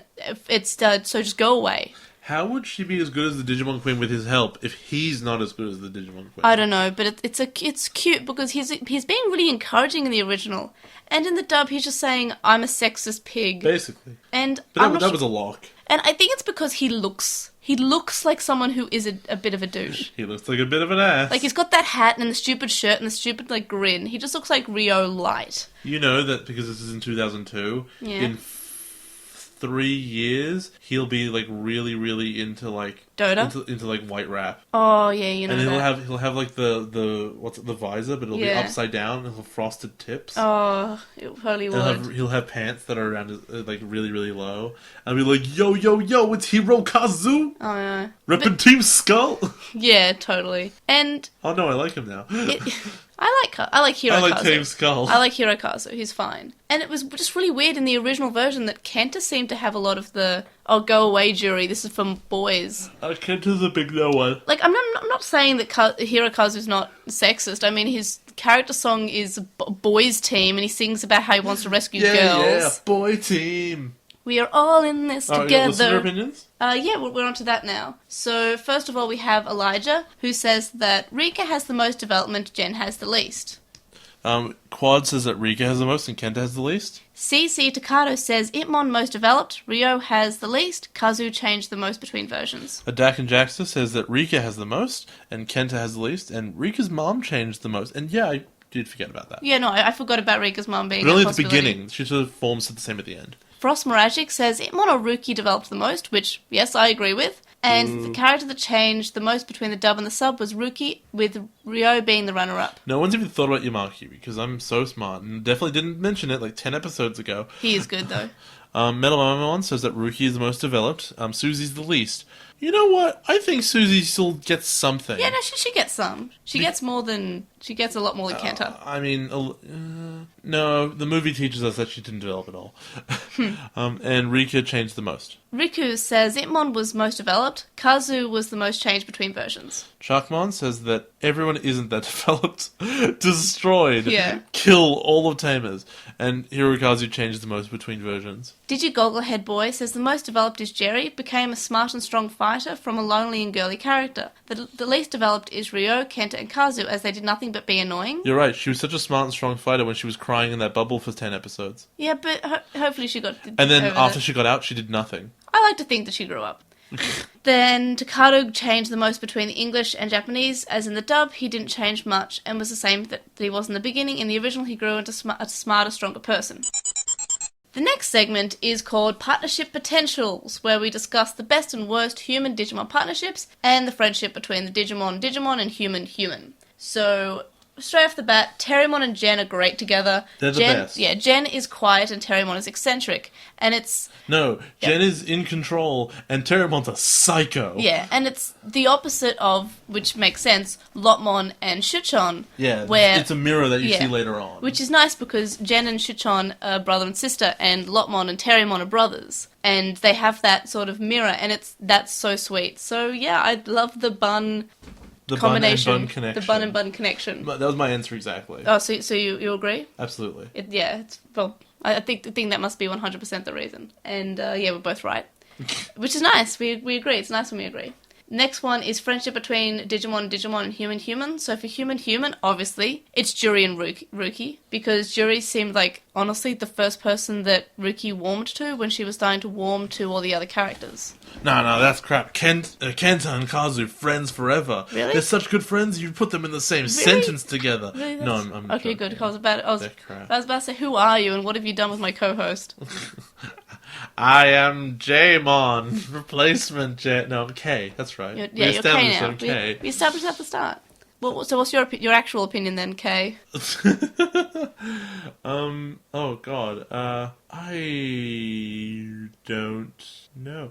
I want to say, just for the sake of it, to pull out something interesting, like that I think developed well. I think that Ruki and her mom. Yeah, no, that's fine. It developed nicely in the end. No, that did develop nicely, especially with the shirt scene. She went from like hating her to like, oh yeah, she kind of gets it. I didn't even consider that. No, 100%. No, that's really sweet, especially with the shirt scene. It was cute. What about Digimon friendship? I don't know, Terriermon and Gilmon. He likes to ride him. Oh yeah, that is sweet. See, I said Irmon and Renamon because they have quite... Oh no, you're right, that wins easily. And I really like it that in 02 we could not say, hey, what's your favourite Digimon friendship? Actually, no, my favourite one is Beelzemon and Leomon. Oh. They're really close. Ow, to death do us part, I guess. It's a really touching relationship. Oh, right through the heart. And you're to blame. You give Digimon a bad punch. Yeah, Itmon and Renamon. And I really like, and I did just say that, but I want to just say it again. How nice is it that we can say, what's your favourite Digimon relationship? Because we could not do that in other seasons. In 02, the Digimon did not talk to each other. Vmon and Wormmon probably had the only actual sort of friendship, because they were like wrestling on the bed. I don't even remember that. When they're in their baby forms, and you said it was cute. I don't know. They were like, it was like the babies, because they just de-evolved from their ultimate stage. But they can't fight as babies. No, but they were kind of like wrestling on the bed. That was cute. But, fair enough. Yeah. And on to listener opinions then, unless you have anything else you want to say. That's it. So, first of all, we have Quad, who says that Kazu and Gajamon are the best partnership. Why? Kazu reminds them of Jay, full of himself and sometimes has a lot of douche lines and good lines. Well, now I'm leaving the show forever. Gargemon takes everything literally, which, that was a good part, and I don't think we mentioned in this episode. Yes, that was the best. That was one of the best comedy moments of the series. Where'd Susie go? She flew away. She flew away? Are you kidding me? But how? You were supposed to be watching her. I watched the whole thing. And when Gargemon said, "Don't worry, when you start dating, you'll make many girls sad." I haven't even started dating. I've got to deal with 2 sad girls. Once you start dating, I'm sure you'll make many girls sad. No, Gargemon's fine. I love him. Quad says the worst is Rio. Didn't deserve to become a mega out of nowhere, and I agree with that. Didn't deserve to be in the show. Dak and Jackson says that the 3 mains are all tied for best, as each has a unique dynamic. Kenta and Renanjumon are the worst, which is fair. And Henry and Terriermon have the best chemistry, as they have the biggest contrast. Frost Moragic says Takato and Gilmon as they're so cute together, so they're the best. Metal Mamimon says that Terriermon and Henry are the most enjoyable to watch. The worst is Marine Angemon and Kenta, which is fair. Marine Angemon doesn't talk. Yeah. Rikyu says Ruki and Renamon have an excellent relationship. And Chalkmon says that Ruki and Renamon has the best partnership. Susie and Lotmon or Juri and Leomon are the worst. That's fair with Juri and Leomon. That's very short-lived. Yeah. And Hirokazu and Gajramon have the best chemistry. Okay, to each their own. So we didn't actually say the worst partnership. I just realised. So the worst is Kenta and Marine Angemon. Yeah. Yeah. So I agree with a few people there. Anything else you want to say about partnerships? We have so much to talk about, May. Yeah, we have so much. On to prophetic plots. I like alliteration. You pushed that one. You pushed that one too so hard. It took me a while. Some of them you can see that they're like, I came up with them in a second. This one I tried to. It was hard. So this is basically about plot devices. So the best plot device. I said... Kulamon! It's Kulamon 100%! I said Kulamon and the DigiGnomes. Digimons are crap. I don't know why you would have said them. No, because they only really came into effect a few times, and when they did, it was like a sort of like a subtle moment. But they were all crap. Like when the D-Arc actually started taking off, that was a Diginome went past. But it's still crap. And when Iron Marco got the Digivices, the Diginome went past. If you replaced the Diginomes with clouds of fairy dust, it would have been the same. Okay, good point. But Kulamon is the best plot device. Kulamon's great. And I feel like Kulamon is a walking MacGuffin. This is how plot devices should be, right? Walking MacGuffins? I mean, I feel like he's so good as a plot device because he's so knowing of being a plot device. He says it in that one. In that comic, in that one manga. Yeah. And he's good. I love him, and I like him also as a character. And so it doesn't feel like, he's just there because he's the plot device. Yeah. He's fleshed out. He's fleshed out. He's not one-dimensional. He's not just the plot device character. He's not like, effectively, Leomon was a little bit of plot device character. Alice and Dobemon were just plot devices. Yeah, and that's the worst one. That's the worst plot device of all time. Yeah, they weren't fleshed out. If they had been introduced earlier, if we had some backstory to them, and they were fleshed out, they wouldn't be that bad. But because they basically came in and said, yo, we're the plot devices for this episode. I will take Genai's post-prophecies all day, every day, compared to, here's a new character we will introduce to give you a message and then they'll die. Yeah. And at least Wizardmon pretended. At least Wizardmon had an impact on Gardemon's life. Yeah. And did other stuff. Wizardmon didn't... If Wizardmon walked into frame, and in the first scene he was in was killed... Yeah. You would never have, he'd be nothing. No one would even remember him at all. No, you're right there. Even nostalgia wouldn't protect that. So yeah, worst is Alice and Dobemon, by far. But you know what? In a 50-episode season, they just didn't have enough time. Yeah, and I feel like, as for a plot device that had a loss of potential, is Juri and Leomon. I feel like if they started that much earlier, if they brought Juri in more as a character at the start, and we learnt about her problems with fate, like her mum dying, before it all happened, I feel like that could have been a really moving plot, and it'd be less plot devicey, and it'd be more efficient. You know what's just ruined that entire fate thing for me now that I thought about it? What? If she's traumatized by the idea of fate and the idea of destiny, how come when she was chasing him because she was in love, she was like, it's destiny! That was in the dub. And I think it might have been unintentional. Because they also dropped the destiny bit in the episode where Leomon died and the bits leading up to it. So I feel like that was just unfortunate coincidence there. But I feel like that could have been a fine plot device if they'd started much earlier. But no, it would have been a fine plot. It's not even a device. Yeah. A plot device is like a thing that makes the plot move. Okay, Leomon's death is a plot device. Yeah, I guess. Alright. Listener opinions for plot devices. So Elijah says Alice and Dobermon are worst. Noam says the best is Leomon, the worst is Dobermon. Jake says the best is Kulamon, the worst is Dobermon. Dak and Jackson says the best is Kulamon, who is cute and is innocent and really works for his role. And Leomon could have been better with more on-screen development. Frost Moragic says Alice is worse as she's pointless. Leomon was a lost opportunity to be a character, but had potential, and Kulamon is actually enjoyable, and he's quite enjoyable even on his own, despite being a plot device. Metal Momemon says that Leomon's death really was impactful as a child, so maybe he's the best plot device. The worst was Kulamon being kidnapped, okay. Since it was stupid that he was taken by the monkey just to get them into the digital world. And that is fair. I didn't consider... No, it is fair. It was just to get them to the digital world, though. No, but I disagree. Because the primary reason that the Davers went to the real world, as much as they didn't say it, was to get Kulamon. Yeah. That's actually what they were doing there. Yeah. So that is part of the plot, that the bad guys show up and they achieve their goal. The only reason this seems stupid is because none of the Davers except the monkey one actually bothered. Yeah, that's fair. They never said, we need to find the blah blah blah. They just sent him out there and like, look, humans, time to stomp them. Yeah, they didn't actually ever try to get Kulamon. I'm not sure, maybe it's because they didn't know Kulamon existed, or... But they should, because... They should, yeah. Because the Phoenixmon, their god, knew about it and should have communicated it. No, that's but fair. So it makes sense that he was kidnapped to get them into the digital world because, well, the monkey would want Kulamon because he's the digital Endoletia and he needs to get him back to the digital world to turn him back into the digital light. enchilada. And so if that's the plan, he kidnaps it and takes it to the digital world. That it totally makes sense. Yeah. It's just that the show does a terrible job of communicating that. Riku says that Kulamon is the best compared to Aslan and Old Yeller. Well, so yeah, basically, effectively, and yeah, Riku says that Kulamon has the most personality out of them, and he does. He has a personality. We've seen 3 out of 7 Leomon deaths. We're not even halfway through the Leomon deaths. Yeah, nothing can stop this Leomon death train. Not even Frontier's trains. No. Chuckmon says that Diginome's the best plot device. Alice and Granny are the worst. Granny's a weird one, because Granny's not even a plot device, but Granny is just like handing it's the same thing as the gun that turns Beelzebub into blast mode. Yeah. It's just, here's an object to make you stronger. It's not even a plot device. It's just a piece of equipment he found along the way. Yeah, but it is involved with the plot. No, it isn't. Sort of. It's not. Chotto. It's a piece of equipment. If he had just hulked up and been stronger through the power of friendship, it would have been the same. I can feel your love! Yeah. If he'd said that and become stronger, Granny wouldn't have been necessary. Fair.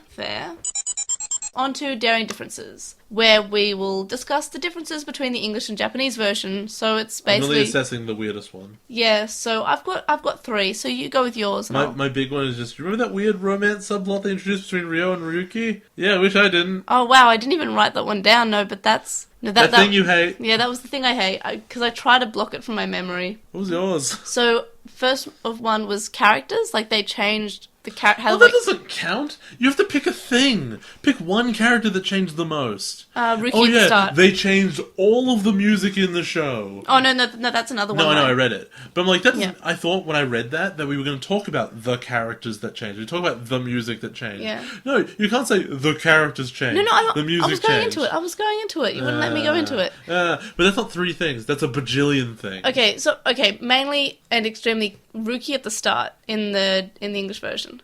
I don't recall. She's just much more obnoxious, and she seems to hate Renamon even more. And they just don't know. exaggerate her personality. It was a slight exaggeration. Then there's Kazu, who had a pretty big change. Yeah, I know. Ryo is more obnoxious. Like, they seem to, grab whatever makes a character annoying and turn it up. Except for Terrymon. They just make it better. Well, that's because his character is to be annoying. Yeah. None of the other ones were. Yeah. And his good sad. So, yeah, my main one is, however, the atmosphere with the music and the sound. Like, when Juri was just sort of being possessed by the D-Reaper, it was very, kind of eerie, maybe, something mischievous is afoot. The gasp. and it was like very eerie music. But in the dub, it was literally dun dun dun or something to that effect when she turns around and her eyes are strange. Yep. I feel like it loses effect by making the sounds too much. It's like dramatic. I wish she turned it out of you guys and it did like the Dragman, like the triple zoom in, like the dun dun dun, with like the camera shaking on the dun. Yeah, I'm surprised the dub writers didn't do that, to be honest. They could have fixed it in editing. But yeah, so that's my main difference. It's the atmosphere, it's the music, it's the general feel of it. When they change the music, they try to move horror elements and make it more dramatic, and I don't like it. I like the horror elements. On to listener opinions. Dak and Jackster says that Ruki's mother in the first half of the series, and then towards the end of the dub version, the original Rumiko are more similar. Yep. Frostmore, I think we discussed it a little bit earlier. Yeah. Frostmore actually says that when Juri is taken by Orochimon... That was the other... No, wait, hold on. I've definitely written that down somewhere. Yeah, you did. I think it was under exciting episodes. Yeah, I think that's most changed episodes. That was a huge change, though. Yeah, and Juri's dealing with drunk customers and all that stuff has just disappeared. Yeah. Metal Mamamon says that the music and the fact that Kazu is horrible and Rika is a bit more insufferable. Riku says that Grani is explained in the dub much earlier, but the main difference is the censorship of violence. Chalkmon says that the overall characterization of characters, they're more obnoxious and one-dimensional in the English version. Just like you said. Yeah. It's a complaint in every season of Digimon in English. Yep. Oh boy! Yep. No, I agree with that. Digi Gogglehead Boy says that characters' personalities are the biggest change. Oh, fair enough. Which is fair. So we got the best, worst, and most changed episodes, and anything that's generally memorable. And this segment is called Exciting Episodes. See? Alliteration! You're pushing it. I'm pushing it so hard. Let's be real. The most exciting episode of this entire show is episode 3. With Terriermon evolving and shooting some cars. They're in a parking lot. Okay, let me set the scene, right? And to tell you how I felt when I watched this, because I think I give this episode a really high grade or something. Okay. You just watched Adventure, which is very, very, very straightforward. It's these kids, and they got Digimon, and they go do a thing, and when the big complaint is that the kids stand there, and the Digimon fight, and it's whatever, okay? And then you have O2, and let's pretend O2 didn't happen. Yeah. Whatever. So O2 was a slog, but it had the same problems dialed up to 11, honestly. Yeah. What happens super, super early in this season? You have episode 1... The kid looks at Digimon and thinks it's going to eat him. Yep. That immediately establishes maybe the kids might be in danger. Then what happens? Episode 3. Okay. That you've established Digimon are designed to fight each other. In this universe, they're aggressive and they hate each other naturally. A thing that just goes away later. That just stops being a thing. But right now, that's what happens. And that's a really interesting setup.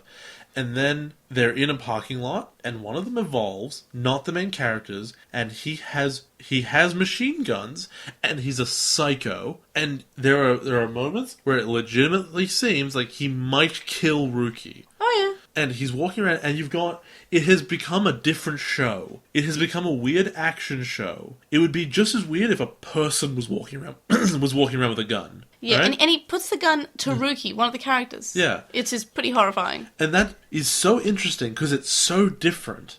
And the kids are being involved in the fights, and all this stuff is happening. And it is a different show. And then, it pretty much homogenizes from then on. It really trends together into a very Digimon-esque show with weird themes and other stuff it experiments with. But it never gets that cool and exciting ever again. Yeah. And that was the best of Tamers. Episode 3. Gee, that's upsetting. Yep. And the worst episode... No, I haven't done my best yet. So, I've picked quite a few. Pick one! No, because they're the best few, and there's, honourable mentions. One. No, go away. Honourable mentions are the rest of them. No. So, the name is Dracomon, The True Ultimate Evolution. I really like that episode.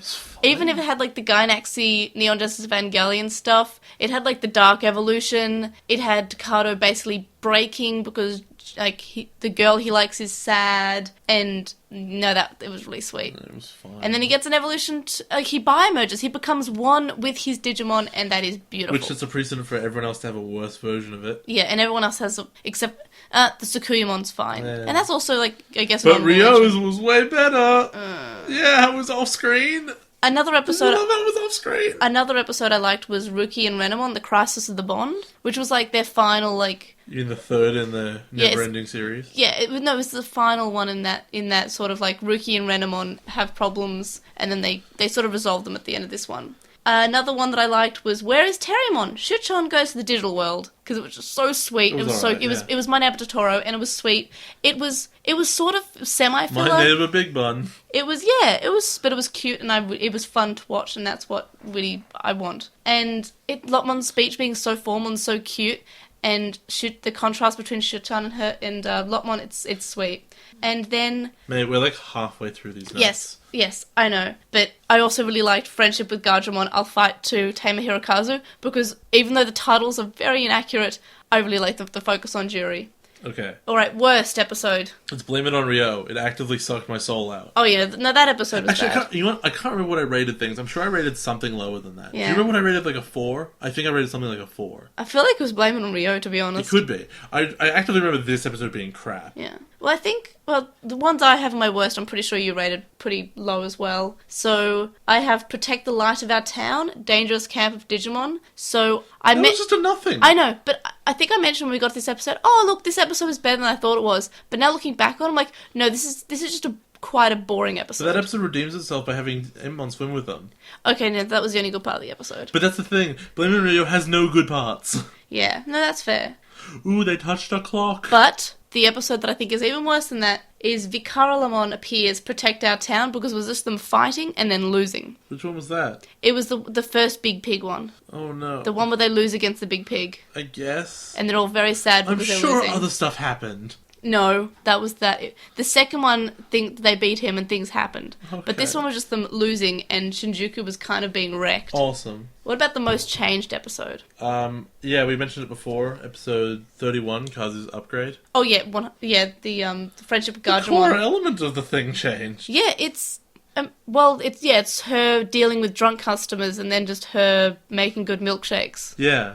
And like the change from milkshakes to sake to milkshake is huge. Yeah. It makes the episode not make sense. Yeah, like, oh, he gets sleepy and then he gets strong. I honestly only remember the character issue. I forgot the milkshakes and sake thing. Oh, he's strong because of the data packets, I guess. He's strong because he really, really loves milkshakes. I also mentioned that Juri's partner, my Mr. Leomon, also changed quite a bit, because Leomon seemed to want nothing to do with her in the original. Yeah, and that makes it it makes it so sad that he died, because he hated her so much. Yeah, he hated her.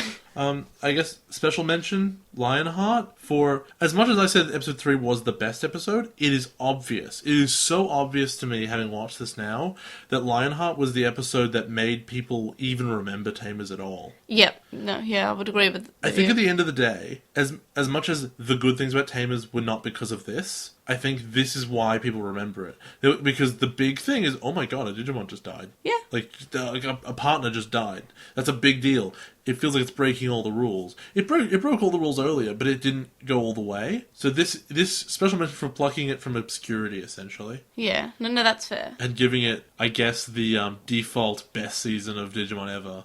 I still think it's overrated. I like Tamers, but yeah, it's overrated. If it was 20 episodes shorter, it might be great. Yeah, if they cut out some bits, I guess. And for listener opinions, first of all, CC Takado says, hard to pick a best, but worse is Ryo's intro episode. True. Jack and Jackson says it's hard to pick a best, but Rabbit Transit was really charming. Well, yeah, my name is Totoro Bun. And the most distinct as a standalone episode and evoked Totoro, I assume? Yeah. The biggest difference is hard and Tamers, since there aren't any Biyomon gets firepower or playing games like episodes. Seriously, sake and milkshakes. Maybe Jerry's quest as Leomon's change in personality changes the dynamic. Yeah, I agree with that. Metal Mamemon says, best episode is Dukemon's evolution, worse is Sinduramon eating the town's electricity. So yay, Metal Mamemon agrees with me.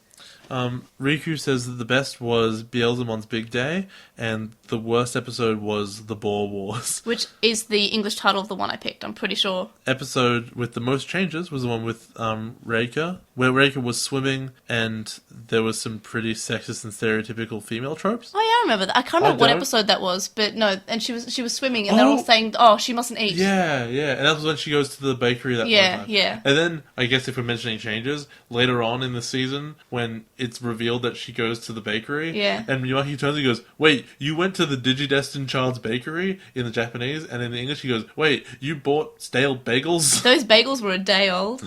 Then Chakmon says the best was episode 31, Friendship with Garjamon, I'll Fight 2, Tamer Hirokazu, and the worst one was Save Dukemon, Granny Scramble. I would have laughed if it was the best one is Friendship with Gadramon. The worst one is Hirokazu's upgrade. Yeah. And then the most changed, according to Chakmon, was Mystery of Gilmon's Birth, the Mystic Water Space. I don't even remember. Oh, that was when they went under the water. That was water. the plot dump weird one. Yeah, that was the plot Which dump I one. forgive a lot later on when we discover how he was projecting himself into the digital world. That was so clever. Yeah. It's so clever, I don't think it was intentional. No, it was intentional. It is too clever. Like, the rest of the show doesn't have this cleverness. And they don't talk about it, right? I feel like if they were this smart, because it's a kid audience, they would have said, I was in the digital world because of this. No, everyone just accepts, he was there because, he's close to Digimon. Right. And he can just generate red cards for fun. And Digigogglehead Boy says that the best was Reunion. Good scene when Takada was telling Juri how much he cares. On the train? Maybe? I can't remember which one Reunion is. No, that's when he saves her. Yeah, when they start busting through and stuff. And the worst was Kazuo and Kenta's excellent adventure. Oh boy, that was not great. Actually, wasn't that the grandparents' mom? Yeah, I liked that one. It was alright. It was good for filler. It was a huge waste of time. It was good filler. But you don't need filler It had- on 50 episodes. It had Ruki being grumpy. On to miscellaneous mentions, where we mention anything else and our miscellaneous favourites that didn't really fit into their own category, and also the screenshot of the series. So first of all, favourite arc, which is a very hard question. The answer is the first 5 episodes of the series. Yeah, that's fine. I find it really hard because all arcs have their problems. I said the beginning of the D-Reaper arc, where they're in the digital world and they were sort of just getting to their ultimate evolutions, and then the getting the gang together arc. Which was when they were like, we're kind of like becoming friends. It was sort of like, I guess, the start of the Deva arc, maybe. No, but that's a full 10 episodes, and I don't even think it lasted that long. I think it lasted 5. And I also really liked the mini arc of Ruki and Renamon admitting that they're friends. You got favourite Deva here. I don't know why. Well, Antilamon doesn't count. Antilamon does count. It's mine. No, that's because... Lamon's the best Deva. No, because we would say Antilamon yes, is the best Deva. We're allowed to say that. Okay, what's the second best Deva then? Because it's the dog. It's not the dog. The dog sucks. He goes woof. The monkey's more interesting than Okay, the dog. no, he throws pearls in front of a swine. Well, that's your answer then. Your answer is the monkey. No, it's me. Oh, the short. The short. Just because of that one moment. They're so uninteresting. Yeah. Actually, no. I'll give you a serious answer. Yeah. The best one is the first one, the cat. Because it felt different. Oh, and we don't know what it is. And it was the only one where the fact that they couldn't bring up his information was relevant. And also, now that I think about it, they never, ever, ever explained It's not actually, that. I think it's the tiger, not the cat. Doesn't matter. They're both cats. Read Fruits Basket! So, but the thing is, they never ever explained why they weren't showing up, and you could see them slowly give up on that plot point, as if they came up with it, and they said, we'll come up with a reason later. And now it was just lag. It was... And the worst would be when they're looking at the thing, it would hover on the Digivice for 2 seconds, and then it would pop up. As if to say, it didn't show up immediately, but there it is. Oh, there it is, yeah, and it was quite awkward. It never influenced the story ever again. They mentioned it one more time, I think. Yeah. And it was like, he's not showing up on the Digivice. Cut to the Digimon, cut back. There it is. Yeah, no, that was awkward. Why bother? And in the dub, they actually said it a few times, like, damn, this thing is slow. Just to fill some time, because otherwise they were just staring at it. Because why bother? Yeah. And... Favourite enemy? Mine's Beelzemon. My favourite enemy is Gargomon. Okay, but he doesn't kill anyone, probably, that we know of. No, but he would. Okay, what about actual enemy? Gargomon, because he's a big psycho bunny. No, I love this giant psycho you bunny. Can't He's have my Gargomon. favourite. You can't have Gargomon as an answer. Oh, okay. My favourite enemy is the writer of the season. Oh, Jay.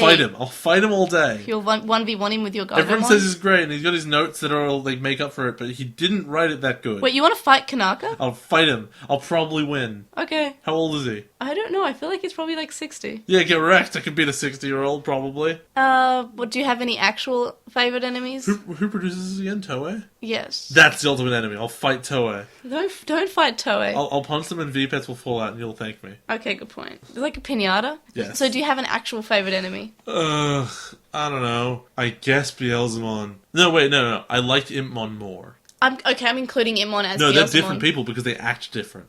Imon is a great enemy because he's so whiny. Oh, he's a trickster, yeah. And Beelzemon is an annoying enemy because he's just this dude who's like high on his own power. Okay, no, I would say Imon as well. Yeah, Imon's the best. And then on to screenshot of the series, where it's any screenshot which is the best out of every episode and movie of Tamers. The answer is immediately obvious. It is when Terramon fell over in the shower. Oh my god, I forgot that! And he goes, whoop! Whoop! Well, this is happening. Well, this is awkward. And it's the best thing in the entire series, because then he walks out of the shower and he dries himself with his own ears that were also in the shower. Okay, good point. I wish, and it didn't happen, but he should have squeezed his own ears out. Freeze frame, record scratch. So you're probably asking yourself, how did I get here? No, what it needs is like the slow build up to like the JoJo outro. Yeah. And then then he slips and it freezes there and it goes to be continued like dun, dun, dun, dun. We should make that. That's doable. That sounds like something that would be too much effort. You do it. Because I have Let's Plays to do and this true. podcast to edit. I might try to figure it out. Exciting. I'll let you use Premiere Pro if you want. Ha! But if I'm not using my computer, which is unlikely. Dun, dun, dun. So mine was the thing that I'm still not 100% over. And it's when there's a sandstorm and he's got goggles on his head and he's covering his eyes with his hands. If I recall, and I think we did watch this, it was that the sandstorm was really sudden and he didn't have time to put them on. Oh, I would have still tried to lower them. Because you also complained about him being underwater and not having his goggles on. Okay, but that's understandable. That one was a surprise. If you put the goggles on underwater, when you're already and then he put them on next time he went in the water. But okay, no, I understand that now. But I'm saying the sandstorm thing, you could easily try to put they wouldn't have sand in them. No, you would. The sand is on your eyes already. I don't know. I feel like he'd turn around. No, turn around. You can turn around. No, it wouldn't because the sands would go. No, your head's in the way. Okay, good point. But no, it's still the funniest. And you would put your hands around it. You'd be fine. It's still the funniest. In fact, you just slide them down your face.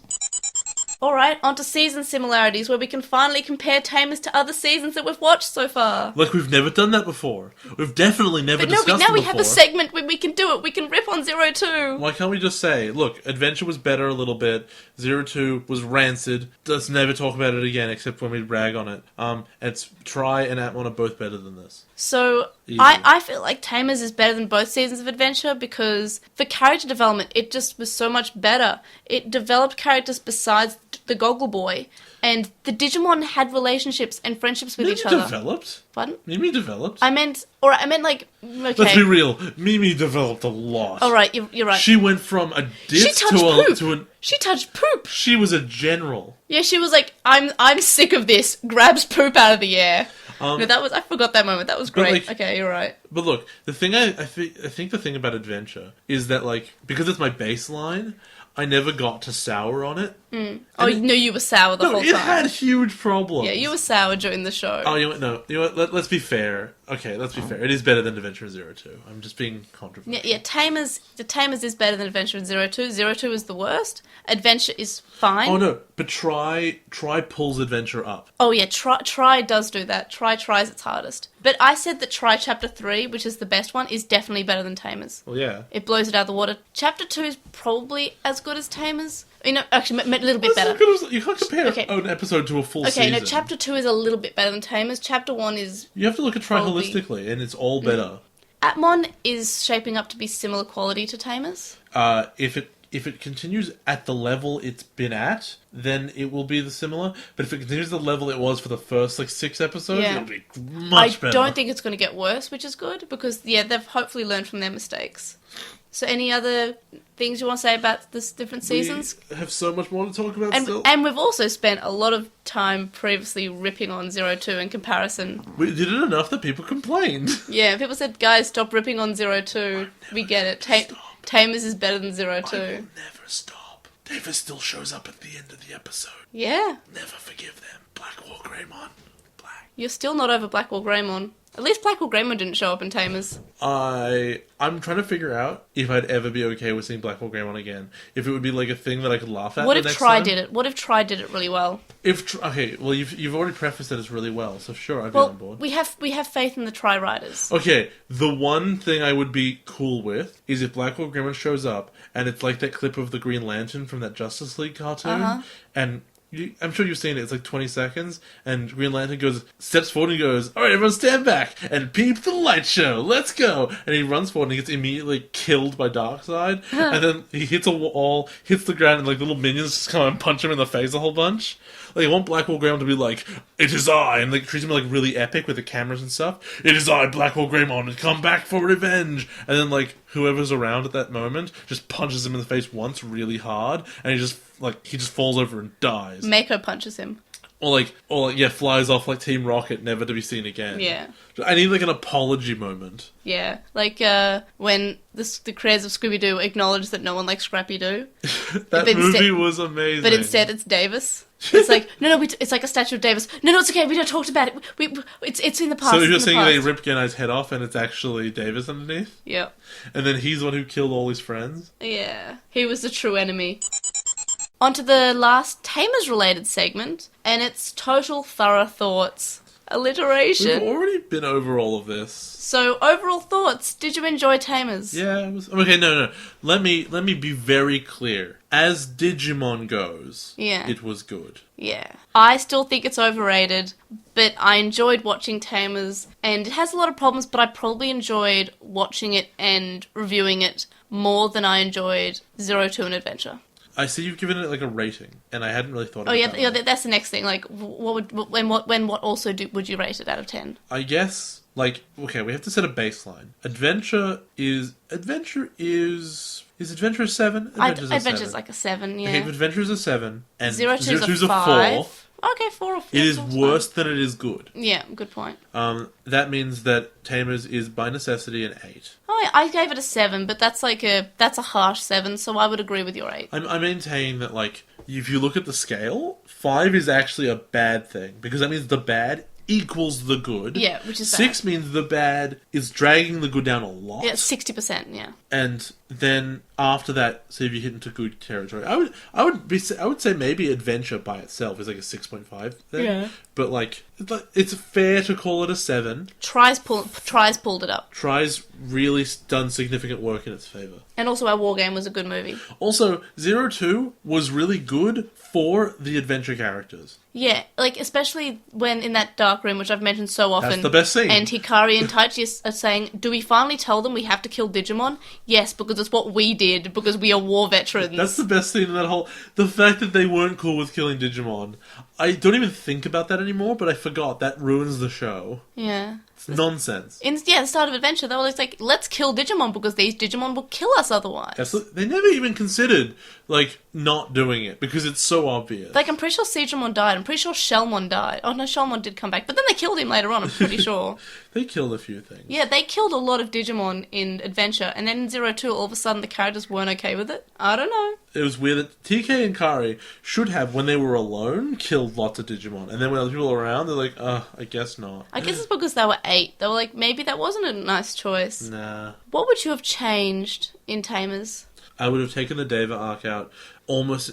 Okay, I would have... If the Devas have to be there, I don't really think they do, but if the Devas have to be there as religious fanatics, I would have them all show up at once. Like, they don't show up individually into the real world. Yep. They all show up at once, and they all spread out immediately to find Kulamon. Yep. That's their goal. That's what they do. Mm-hmm. They fight the tiger as normal on top of the building because they get it as it shows up, right? But they miss the rest of the other 11 of them. And then what ensues is much like look at Atmon and be like, okay, these are Digimon that are not wild. They're smart. What are they going to do?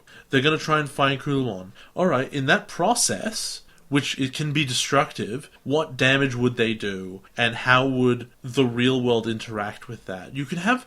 I think what Tamers did really well for the first couple episodes was think, what's a more realistic way to relate to these Digimon? And I think when the Deva showed up and like there were Minotaurs on the streets and everyone looking at them being like, what the hell is that? I guess it's Japan, whatever. That's really when it fell apart. Yep. Take Ryo out, I guess. Or make Ryo interesting. Yeah, no, that's fine. I'm fine with make him the Ryo character from the game. Just bring it all back. Use like one of those episodes instead is filler to give him the backstory. Just give him a little bit of the WonderSwan backstory. We don't need, like, to spend much time on it. Kenta and Kazu would have been friends with Takato from the beginning, and then they would... What would happen is that because their primary connection with him is the card game, and he gets into the real thing, rather than when he tells them, I have a real Digimon, and they get crappy with him, and then he convinces them, instead, him having a Digimon is a dividing factor, and he does move apart from them. Yep. And I think that when the Digimon go away at the end of the season, and he has to go hang out with them again, that is where sort of his like emotional thing comes from, because he would stop hanging out with Ruki, and he'd stop hanging out with Jen. Yep. He'd go back to his other stuff, and that would be legitimately sad. And I think there's a lot of stuff you can do, and they just didn't bother. Yeah. See, what I would change is I would bring Ruki's father issues into the show instead of mentioning them twice offhand and not explaining what they are or going into depth with them. That's just a small thing. But a bigger thing is, and it's something I've said lots of times before, that I would put Juri's family issues and her characterization starting a lot earlier. Instead of like, oh, Leomon dies and we have all this character development for Juri. Also, this is why she's so like upset by the concept of fate in episode like, what, 46 was it or something? So here's the thing. You found that stuff out in episode 46, right? Juri has an interesting character. Her dad is, in her mind, is borderline is abusive, except that we find out that he's not. Yeah, he's actually a sweet dad. He's caring. He's just he's very tough. Yeah. Because he thinks that's the way to be a good parent. And there's all this other stuff. That's all really interesting. We find that out in a very short period of time, really close to the end. Up to episode 30, what is Juri's character? She has a dog puppet. Yeah. And she talks to the dog puppet. I feel if we had... She likes Leomon's abs. Yeah. That's her whole character. Alright, how about if we, like in the first 10 episodes, and I've mentioned this lots of times before, but I may as well mention it again quickly. If we have the Leomon introduction episode, like episode 10, and during that episode we have a brief flashback to her talking about fate, and it's about when her mum dies and everyone says, oh, it was fate. I think that would have been good. I think what that would do, primarily, is it would make it feel less weird that she gets her Digimon partner kind of for no reason midway through the show. Yeah. Whereas I think if you do it early enough, it's close enough to Takato getting his out of nowhere, and like there's a reason for it. Also, pick a better reason than he shows up out of a rainbow. Yeah, and like give it a fate element. That's fine because it'll link her to her being so upset by the concept of fate, and it ties in. We can bring in the backstory in this episode and have her stew on that for a while. Have her maybe cling to him because it's fate. Like people have said, oh, it's fate, so she clings to him. She says, you're my fate, you're my destiny, and that's why she's clinging to him, and then they become partners. That's still fine, like her clinging to him, that's fine. Just make it more obvious that it's a reference to her mum dying. We don't have to find out, 40 episodes later, oh yeah, that's why. So, what if Leomon was replaced with a crystal ball Digimon called Fatemon, and they didn't introduce that stuff, but when it shattered, she was like, oh no, fate. That's sad. But that's what I would have added. Anything else from you? God, there's a lot of stuff, but I think I've covered the really main points. Alright, Jay, this segment is called Forward Frontier. Get out. No, it's my house. I will leave. I'll leave right now. What are some quick predictions, just by knowing what you know right now of Digimon Frontier? What do you think's going to happen? Trains. Lots and lots of trains. And they're going to get into the digital world on a train. And they're going to leave on a train. And it's going to go chugga chugga choo choo. Chugga chugga chugga woo woo. Anything else? Like, I don't know. I think you've told me one of the bad guys. Have I? Yeah. I think you mentioned it was the big evil bunny. Maybe one of the bad guys, maybe. So is that all you know? I know there's a fat guy. I know there's 5 kids. I kind of remember how many there are. First one, the main character is Takuya. Oh, you know the name? If I recall correctly. Yeah, it's Takuya. Okay. And I don't know. They're probably going to have to save the world. The digital world? Both. It's always both. Do you think that Davis will still be narrating the endings? What? No, I'm just asking. Because Davis narrated this one. I actually do. So you think it's going to be Davis still? Yeah. Alright, so we're going to get another 50 episodes of Davis? If it was Staccato, I'd be on board. Like, if they always pick the main character from the last season, does the next one, that'd be cool. But I don't think that will happen. Because they kept him on for 50 episodes. Obviously, they were happy with him. Yep. Maybe he's just a good narrator. No, he's not. So next, I'm going to show you in the recording a commercial from the TV station Jetix in America, and it's a TV ad for Digimon Season 4. Well, this is not much. One second of Digimon. Tonight at 10:30, 9:30 Central on JetX. If you expect me to get any... Oh. Okay, there was no information there. Are you? So no more information from There that? was a weird little bird thing. Little bird thing. Yeah, I don't think it had a beak. I don't think I even saw the bird thing. It wasn't really feathery, but it had a beak. It Uh, was like a pink thing. I'm not sure what you're even talking about. Actually, When we look at the show, I'll point you at it, and you'll be like, "Oh yeah, Oh, the main character's Digimon." okay. I don't know which character's Digimon is, but I'm sure. Now it's I'm going to Tamer. show you the opening. Are you ready? I guess. Because this video player sure isn't ready. Is this the one for the movies? Yep. Yeah. Are you ready? I do actually like this song. Okay. It's a good song. To the past as we head for the future to reclaim. Wait, is this the one where they fuse with it? It's the magical girl one, isn't it? Maybe. Yeah, you showed me this. I'm sure. Oh, that little kid looks terrible. Yeah, well, there it is.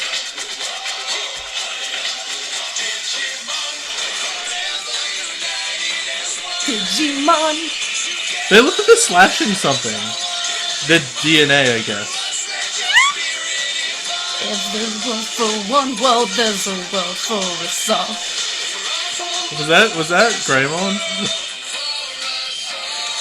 Okay, this is the magical girl season, right?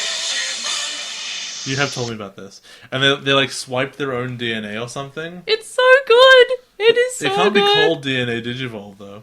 Well, it's actually said in the song several times. Also, spirit evolution or something, right? Yeah. Yeah. Yeah, it is. Okay. Yeah, it is. Why are you so excited? Because I really like Frontier. So, there must be only like one evolution then? Well, like... I don't know. Guess you find out. I'd be so upset if, like, it took 40 episodes for them to get to this when it's in the intro. And they're just kids walking around? That is, like, a really great... That is the best English opening. Oh, 100%. Because it's the only one that's... Well, the only one so far that's not, the Digimon theme. Digimon. No, that is the best theme. And it's so hype. It's a song that gets me so excited for watching Frontier. It does. That is a good hype-up song. So, what do you think about the designs of the characters? From what the little glances you got, we've got Takui, you know his name. We've got Emo Guy. I don't honestly remember any of them, But except that there was a small kid with big hair, and There was a hat. That's a hat. I'm sure it's full of hair, and I hate him. And I hate him now, and I'm gonna hate him forever. Don't hate him. I He's hate him. precious. I hate him now. And there's the fat guy whose defining characteristic is that he's fat, and he's otherwise badly designed. And I don't know. That's it. I guess that girl's meant to be pretty and Italian. That's all I remember. Yay. Which is not a good thing. Forever united as one Digimon. And we also saw the Digivice, which is called the Detector in Which the you original hate? version, and the D-Scanner in the... No, the Detector in the English version, the D-Scanner in the original. Detector is way funnier. I like that, especially because if you take the D out, it just becomes the Tector. Not the Scanner. Because the D arc, right, is not the dark. It's just the arc. Yeah. So if you take out the Detector, it's the Tector. And the Digivice is just the Igivice. No, because that's not the D Yeah, I know. device. Yeah. Oh, the D3 is just the 3, which Yeah. is silly. It's less silly than the Tector. Yeah. And so, do you have any thoughts or predictions? Now you've seen the opening and the TV? I predict I will skip the intro slightly less. It's so good. Otherwise, as far as I'm aware, there was no information in there. It has a really catchy original one as well. It does. So I have predictions for what you will think. I think you are going to be annoyed by it. Yeah, you're going that to be sounds bored fun. by the slow start because most seasons of Digimon seem to have a slow start. Episode 3 of Tamers was the best episode. Yeah. I don't think you'll like the premise. Great. This is really dire. Yeah. I think that you'll enjoy both openings, but will prefer the English version because it's amazing. Because it is. Like, that's the best opening, just right there. I predicted you'll dislike Tamaki, which is the kid. Oh yeah, the small child. His name's Tommy in the English version. Oh, that's fair enough. So I already predicted that you'll dislike him, so check. I predict you'll like Junpei. Jumpy. Well, he's JP in the English version. It's Jumpy is the it's like a translation of Junpei from like from 999. It's the nickname that the main like love interest gives the main character in English, which I think might be a translation thing. Sorry, I just think it's a piece of trivia. Yeah. It is in fact trivial. I think you'll find Takuya annoying because he has Matt's English voice. Yeah, but he's not the same character. And I feel like you'll loathe Koji. Think about it, like Yeah? Susie and Lady Devon have the same voice. But they're, in the Japanese What I mean is version. that the voice actor isn't that big a deal because they can do different voices. No, I'm pretty sure it's the same voice. I'll die. Yeah, it's the same voice, pretty much. But I think you'll Is he loathe... too cool for school? Yeah, I think you'll loathe... No, he's not. He's a different character. This is my band, Magical Girl of Day. Same, oh my god. Same voice, different character. I think you'll loathe Koichi, who's the guy with the beanie, the guy with the long black I don't hair. want it to be too much the same voice. Like when Yolei's voice was coming out of that other character, that really bothered me. Yeah, and I feel like you will not have any strong feelings on Zoe one way or another, and we'll just find her bland. Yeah, but you'll have strong feeling that she's not good enough. I feel like she's not Ruki. Well, no one is. And I just want to say that I've never seen the original version, only the English dub. I know the songs from the original version, because With the Will is Amazing, which is the Evolution song. And that's where the thing comes from. Yep. The thing. Yeah, With the Will The forum. is It's based on a song. is named after the song, yeah. Fair and enough. Fire, which is the original version's opening, and let me tell you, it is good. Are you telling me that it's fire? It is on fire. Alright, everybody, join us next time for the first episode of Rail Wars. All aboard! Or the legendary warrior, Agunimon of Fire. That's Agnimon? Agunimon. Okay, I'm saying the English name. The- No, I think it's written there right yes, now. Yes, but it said Agunimon. So you because misspelled it. I just copied it from the Wikia, but it is spelled like that because that is impossible to write in Japanese. It is Agunimon. Fair enough. Yeah, because he says in the song. Yeah. And Lobomon, Warrior of Light. Or Wolfmon of Light, the Underground Labyrinth Battle. This is going to be really tough with Lobomon because Lobo, the DC anti-villain, Yeah. is an evil death clown who rides a motorcycle through space and might be a pope. Accurate. For Weekly Wonders this week, I picked up The Last Guardian. Have you played it? Yeah. Yeah. That's why it's in my recommendation. I'm really enjoying it. It has a lot of problems that Assassin's Creed had, in which, because you spend a lot of time climbing on things, so it suffers from, you have a lot of deaths that are just the fault of the camera, and sometimes you'll just run off a cliff, and you'll go, whoops, didn't mean to do that. So it's death by camera angle and death by running too fast. And there are just some things that are just purely placed there because of the plot. Like, there are just some chains attached to a mountain. Nice. Who put them there? The plot. But besides that, it's a good game. You get to pat a big dog, dragon, cat thing. But I also have since watched Yahtzee's review on it, and I agree with all his... He likes it, but he has the same problems that I just addressed just then. But it is fun. It gets me, what I want in a game. It gets me where I need to go. Yeah, and it's got a big dog thing. I picked it up for $39 instead of, $80 or $100 like EB Games has it for. So it is a fine game. I am enjoying it. What about you? I'm going to recommend Blood Bowl 2. It made me so angry I wanted to die, and I love it. I love it so much. Basically, imagine American football, and before you turn off our show, because American football is really boring, imagine if instead of players, like there were people, you had huge orcs, and often they went around punching the crap out of each other. Or if the quarterback was a mummy, or there was a giant rat ogre just plowing down the center of the field. Yep. It's football, but if you don't feel like playing football, you can play it like I do, and play the Lizard Men, and just walk around with T-Rexes punching your opponents to death. A Skaven in it? Yes. Yay, I want to play it now. The Skaven are in it, and there's a million of them, and Good. they're very, very small. Because I like them, because they're little baby rats. They're rats. Except they also have a rat ogre, which is a big rat. And Blood Bowl's great, except sometimes weird stuff can happen, and you can hit people and they'll die, right? Because there are certain things where that will happen. Yep. But then sometimes the game hates you, and it is possible, and it has not happened to me yet, but it is possible that your guy will run across the field, and there's a thing where you can roll a dice. And on a 2+, i.e. anything but a 1, he will go one square further. Right. Which is great. So you can go to do that run. And if you fail that on a 1, there is a possibility that they will die. Right. Like, there's lots of other stuff that, like, first they'll get stunned, they won't work in the next thing, then there's, like, an injury, and they won't play, they won't play for the rest of the game, or they won't play the next game, or they'll have bad rolls for the rest of the thing. But there is a possibility they die and get taken off your team. Yep. I'm playing in a league, I've played 3 games. In my first 2 games, I had a fatality in each one. Right. Including my biggest and most expensive player, who was my Croxagore, which is a huge, huge dinosaur. Oh. He died because of a mistake I made. Rest in peace. And I'm like, well, that's Blood Bowl. Blood Bowl's great. Yeah. No. That sounds interesting. I'd be interesting to play some with you maybe The this weekend. commentators are really funny. I know there's like a physical board game There version is, of it too. there is. And I kind of want to play it now because of this. Why don't we like try and get some? Oh, I mean, I'll take a look. It's obviously really expensive. I found it in an op shop once with someone, No, and but- they bought it, and it was like $2. It was that's- complete. Amazing. I don't know what to say about that. But, like, if you want, like, a painted team, and I wouldn't want to do it myself, that's expensive. No, it was like it had pre-painted stuff. Okay, but that's just luck. I don't Yeah. know. No, you can get lucky in op shops. But with regards to the not regards to the physical one. With regards to the online one, just there's these commentators that are really funny, and one of them's an ogre, and he's always talking about his days as like a star player back in the day, and how he used to just eat people on the field and that sort of thing. Yep. And the other commentator is a vampire. Oh no. They have such great banter. I don't know. It's a good time. You can find the link dump linked in the description, and you can also find our screenshot of the series and our weekly wonders, which will also be linked in the description in our link dump. You can contact us to stay updated. You can email us at lostintranslationmon@gmail.com, or you can comment on this episode or message us on SoundCloud. You can follow us on @translationmon on Twitter, and you can find us on Lost in Translationmon on Tumblr, Facebook, and YouTube, where we're going to start uploading like Let's Plays and stuff. So that'll be fun. We also have a discussion thread on With the Will and a Reddit thread in the Digimon subreddit. And we'd really appreciate if you were to review us on iTunes and or Stitcher.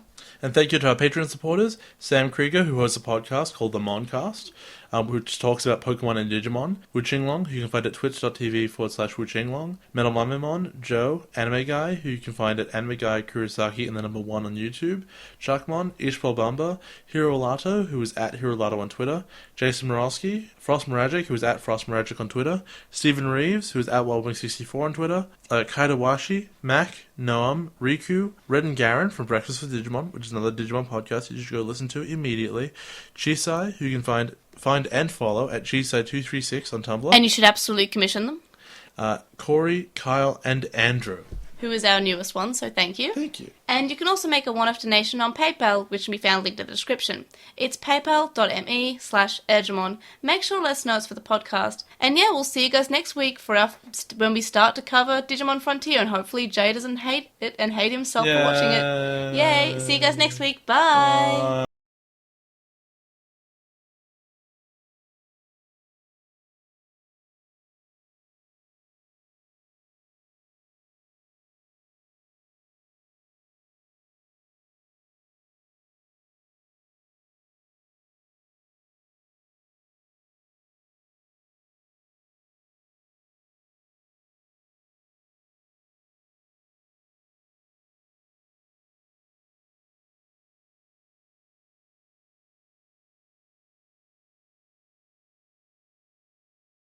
三原色の